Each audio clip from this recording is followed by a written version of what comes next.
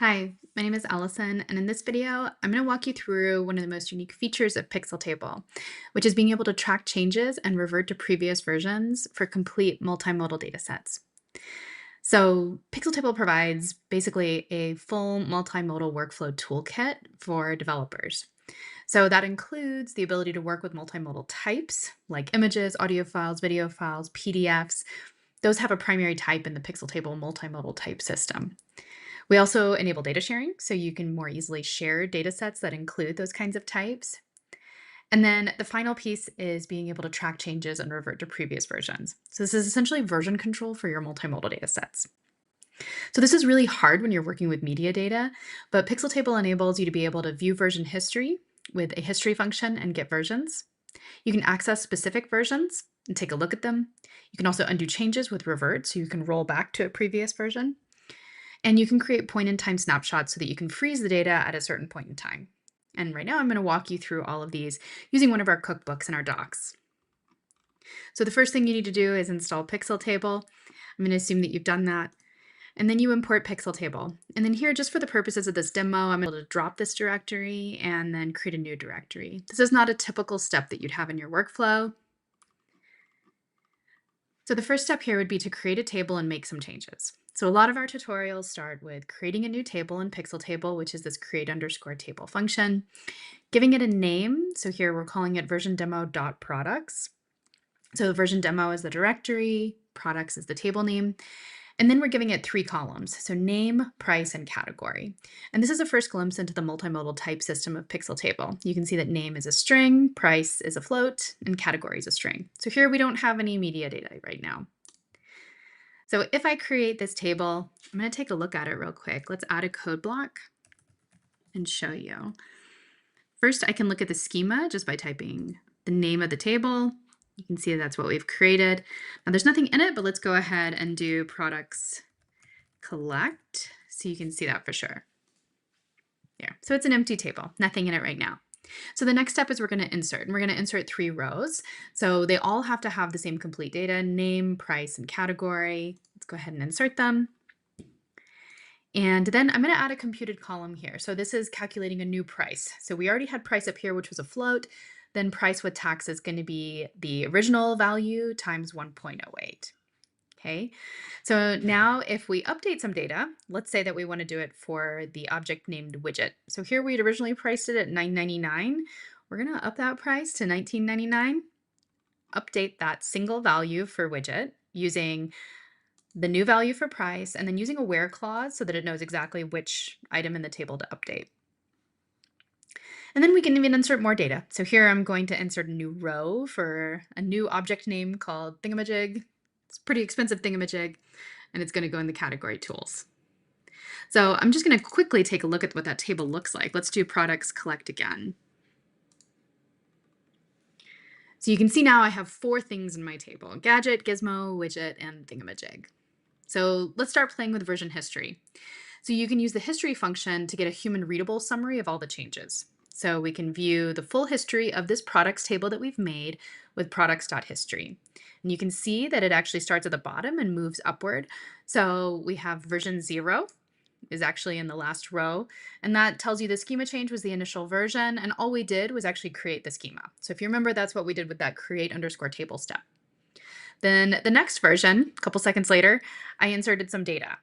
We inserted 3 rows. The second version changed the schema. We added price with tax as a new variable, as a new column in our data set. Then we updated data. So you can see no inserts, but an update. And then the final step was we actually inserted some data. So you can see this is a complete trackable history where you can see and trace all the changes that we've already made. Now you can select which number of versions you want to be able to see. So here we're just looking at the last 3 versions. You can also get programmatic access to the version metadata. So if you use get_versions, you'll be able to get output where it says version 4, and you can see all the metadata associated with that version, and it goes down version 3, version 2, and then it doesn't print everything. It truncates the output in the notebook. So let's say get from the last version. So let's save it as latest, version 0. So if we do that, And then if we take a look at latest, we can see that I've just selected for version 4 right now. Now, with that, I can select out, let's grab just the version, let's grab the change type, and let's grab the number of inserts there. So you can work with the versions programmatically and be able to pull out this metadata and use it in downstream scripts.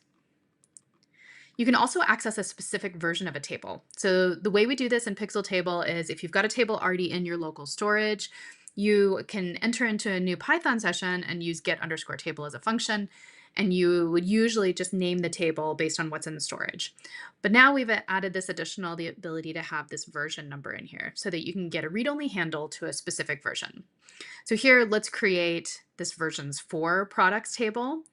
And I'm going to use here that :4 to be able to pull that in. And then if I collect it, you can see that it was my final version where I actually added the thingamajig, the widget, and the gizmo, and the gadget.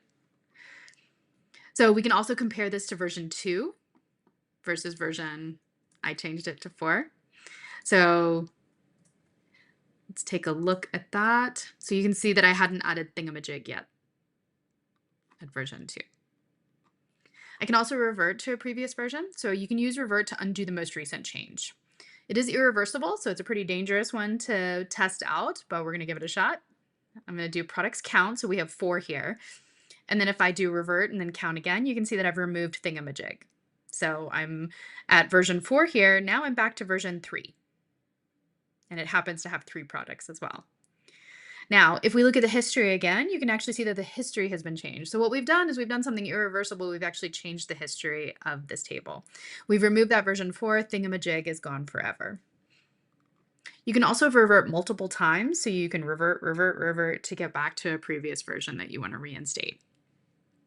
So here, for example, I can revert and get back to the original widget price of $9.99. If you remember, I changed it later and made it $19.99. So I upped the price of those widgets.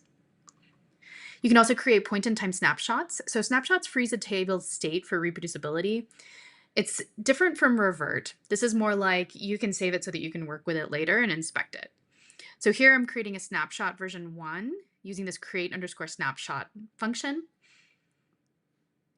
And if I do this, you can see that my snapshot of V1 doesn't include that thingamajig, right? I've created it just of the V1. So I can make changes to that original table. Now, this is not the snapshot, this is the original table. So I'm going to insert another row called a doohickey, and I'm also going to update the price of the gadget to $29.99. So I'm going to make 2 changes. So if I run that code and then I collect, you can see that I do in fact now have a doohickey. Remember, thingamajig is gone because I removed it. And the doohickey is $99.99, and the gadget price is updated to $29.99. Now the snapshot of version 1 is the exact same. It still shows the original data. So you can see my widget price is $9.99 still. There's no doohickey, and gadget is $24.99 as well. So this is just a brief tour of some of the really cool time travel and rollback functionality that exists in Pixeltable when you're working with multimodal data.